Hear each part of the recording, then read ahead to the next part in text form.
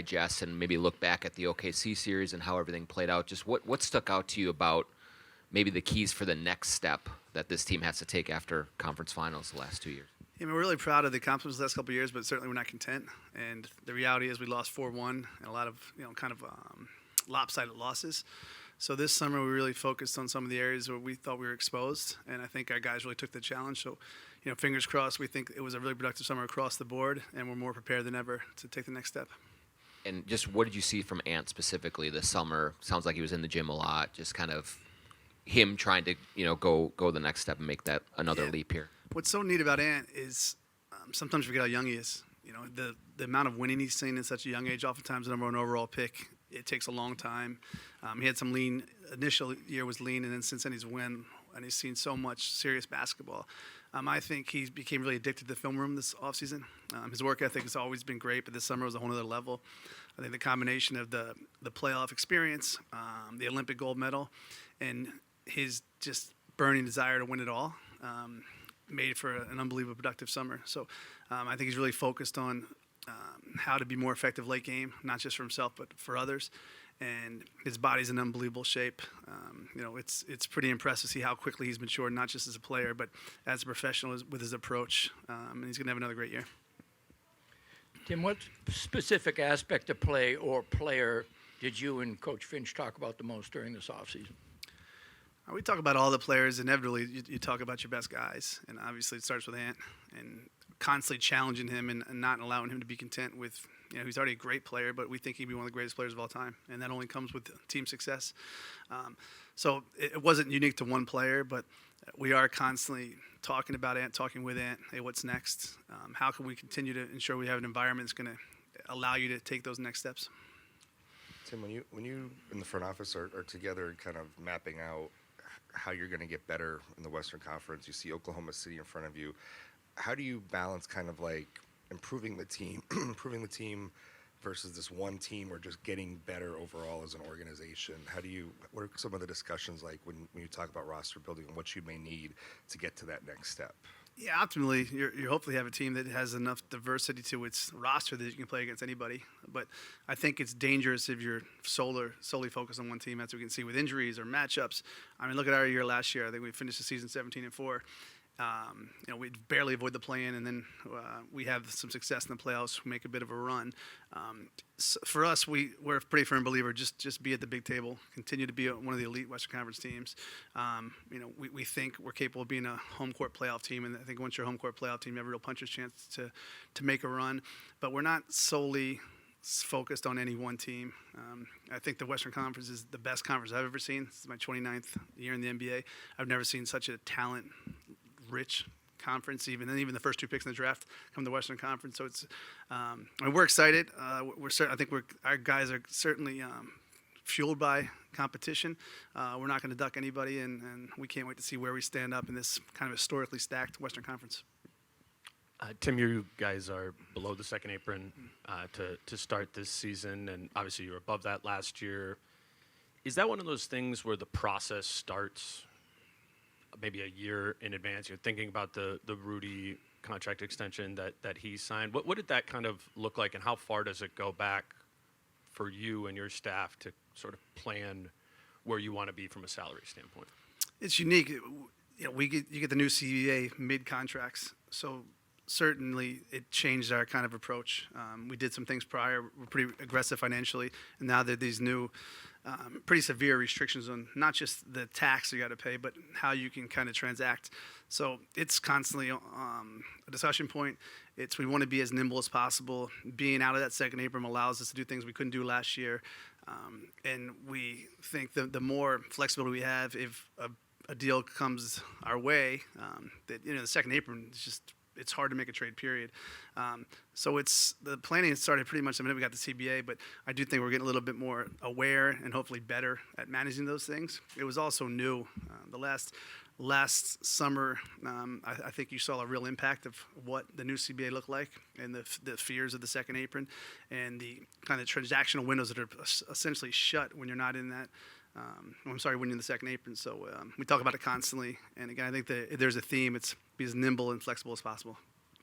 Tim, how do you approach guys who are maybe kind of like rising into different tiers or stardom as players, young guys in general, not even ant level, but other guys who are making kind of jumps, who maybe are taking on more responsibility or seeing themselves in a different light, and maybe when their defensive urgency drops off from there to get it back to where it needs to be? Well, I think it's a blessing and a curse to be a young player on a good team. The blessing is you're learning good habits. You're seeing what serious basketball looks like. I think oftentimes the hardest thing to do in the league is to learn to win, and we're in a position now where we expect to win, and the bar is going to continue to rise. The curse is the minutes aren't available always, and you can't play through your mistakes. So how do we ensure that these guys earn their minutes, and then how do we ensure that we allow them to have the inevitable ups and downs of a young player? Our core young guys, the Jadens, the Nazes, the Ants, those guys were able to play extensive minutes when maybe the stakes weren't quite as high. So we think we have a group of young guys that are ready to take the next step. We're not going to baby them. We expect a lot from them because we think they're capable of doing so. But it's a fine balance, and I know 3 or 4 of these guys can't wait to get out there and kind of really take on bigger roles than they had last season. Tim, kind of piggybacking off of that, when you look at guys like TJ and Rob and Johan, what entices you about them, and thinking that maybe if they have to grow up fast for you guys to fill minutes, what entices you about their ability to get on the floor and potentially maybe exceed expectations this year? Yeah, specifically for TJ and Rob, I think, and Jalen Clark as well. I think there was enough proof of concept last year when they were given extensive minutes, they produced. And now the question is, can they consistently be trusted? I mean, that's a word we use all the time with young players. It's not about your raw numbers. Are you trusted? Is Ant going to trust you? Is Julius going to trust you? And I think the reason we do trust them is because they're tremendous work ethic. I think they're exactly the type of guys that we're excited to have in our building. Self-motivated, tough, competitive, team-first guys. So it'll be exciting to see how they take this next step. Johan, just an amazing story. He's playing basketball for 4 years. Who knows what this role looks like? I mean, he went to Slovenia last year with no expectation to be on the first team, and now he's opened a lot of our eyes with his strong play this summer and his work ethic. But what's neat is, we have Coach Finch is one of the best coaches in the world, and he's so good at identifying what players are good at and allowing them to build off that, kind of their developmental path. So, again, super excited to see all the young guys, and I think relative to what we asked for them after that 4-1 loss to Oklahoma City, they all exceeded our asks. Tim, you mentioned this summer focusing on where you guys were exposed last year. Where were you exposed? Well, we really struggled much of the year with crunch time. Right? We're a team that, we had a lot of lulls in our ability to get things done late. I thought we answered a lot of those questions at the conclusion of the season. I thought when Julius came back and in the playoffs, I thought we were as good as anybody, and I think the record might reflect that. And we're still relying on really young players. So how do we appreciate how much they've accomplished thus far, but say, we want more, we all want more. And then I think our ability to, consistently guard without Rudy is something that has been a challenge. We have to get back to, I think we have some guys that would tell you that we're not where they need to be defensively last year. We want to hang our head on defense, as cliche as that sounds, and just be more diverse in our ability to close games. I think we don't want to be a one-pitch pitcher. So I think all those areas are areas that we certainly can get better. And hopefully with a strong off season, and really again the coaching staff does such a great job of being very, very specific of where we're going to challenge our guys, and I think everyone will come back a better player. A lot of players on the roster have signed new deals, extensions, or new deals in the last couple of years. The coaching staff's extended. The ownership situation has been remedied. Is this the most stable the organization has been since you got here? And if so, how does that maybe translate to on the court? Obviously the ownership thing was unique, but I was fortunate. We were all fortunate that on both ends are really good people, and it never really became too problematic. Super excited for Mark and Alex. Super appreciative of Glenn and Becky. Those guys are so fired up to kind of, it's their thing after several years, and the communication's been nonstop about how can we take next steps, not just on the court but off the court. So I think continuity is one of our greatest attributes, and the continuity is not just on the court, but Coach Finch is an elite coach. His staff's fantastic. I mean, we've had several guys on that staff that have chosen to stay here for potentially lesser roles or lesser money. I think shows the commitment they have to what we're trying to build and to continue to build off of.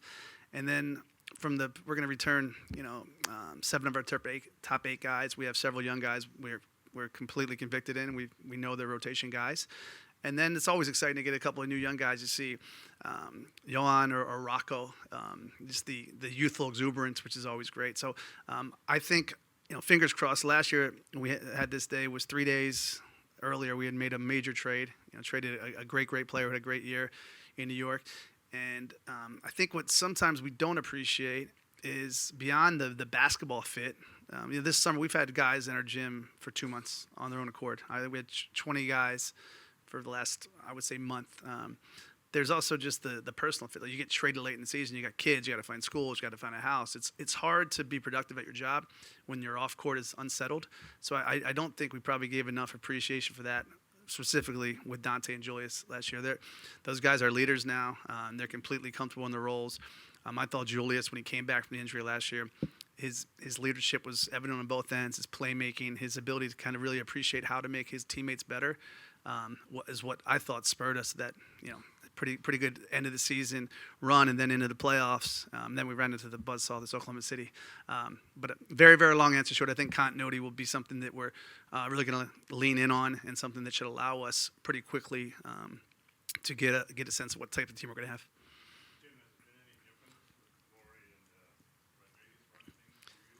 Just more Yankees talk. As an Orioles fan, it's painful. Now again, it was when I got here that there was certainly the atmosphere was.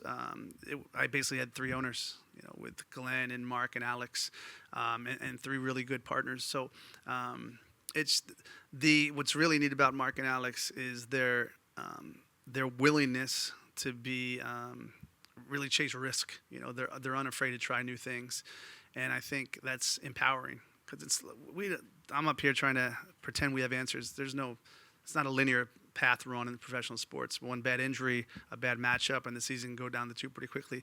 And I think Mark, with his varied business background, and then Alex as an athlete, and now a very successful business guy, I think they're really appreciative, of how many different directions we can go. Let's just have these core tenets. Let's work hard. Let's not take ourselves too seriously. Let's be really good teammates. And we'll take our chances. So it's been exciting, and it's fun to watch how excited they are this time of year.